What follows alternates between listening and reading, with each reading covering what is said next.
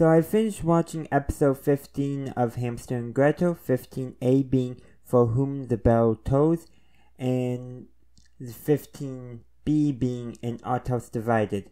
So to begin with, one note about From Whom the Bell Tolls. Belle is spelled B-E-L-L-E. So Belle, as in the French word for beauty, or Belle from Beauty and the Beast, which in French is actually le Belle et le Bête, something like that, if I remember correctly.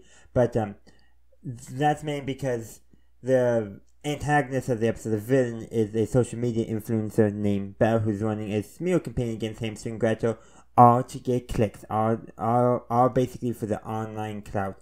There's literally a whole song where she sings about how she's been trying to find some way to make her stand out, so that way she rises to the top of the social media influence ladder, and she decided smear campaign against two superheroes in order to make herself look good.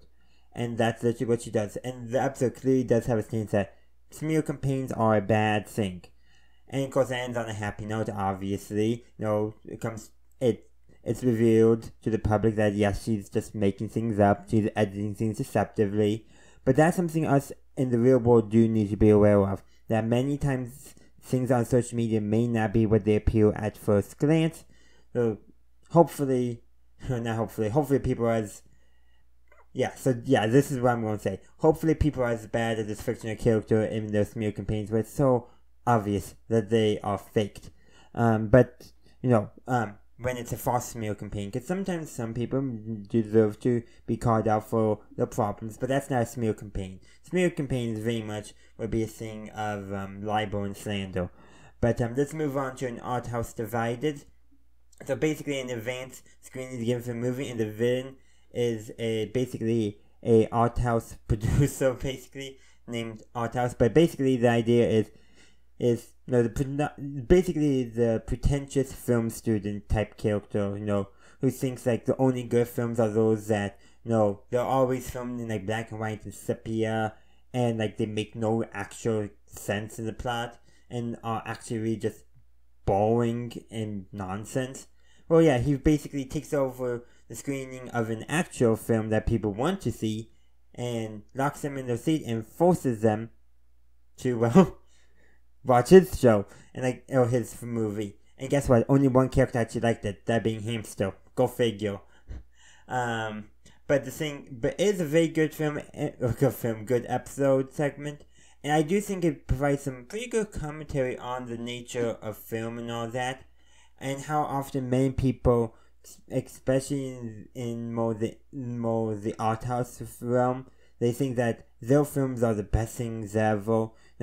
In fact, you get this a lot with people with content. It doesn't matter what kind of content it is, but think that their thing is the best ever, and frustrating people don't like their content. I mean, just look at all the YouTubers, including myself, who beg for likes and subscribes.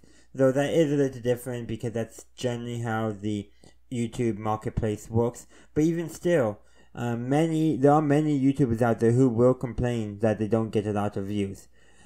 Asking for likes and subscribes is one thing, but there's another thing when you make a whole video ranting about not getting views.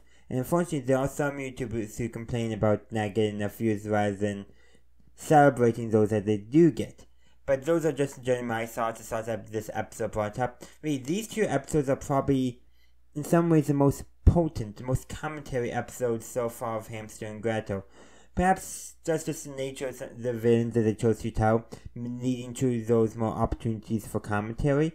But those are generally my thoughts. I would love to hear yours in the comment section down below. Thank you for watching this video. I do hope you enjoyed it. If you did, feel free to like, upvote, and share the video. Also consider subscribing and following the channel if you haven't done so yet, and to ring that bell on YouTube to get notified of when new videos release. The link tree in the description links to all my social media. Check it out if you are interested, and once again, thank you for watching, and as always, have a good day, a good night, wherever you are. May the force be with you, always.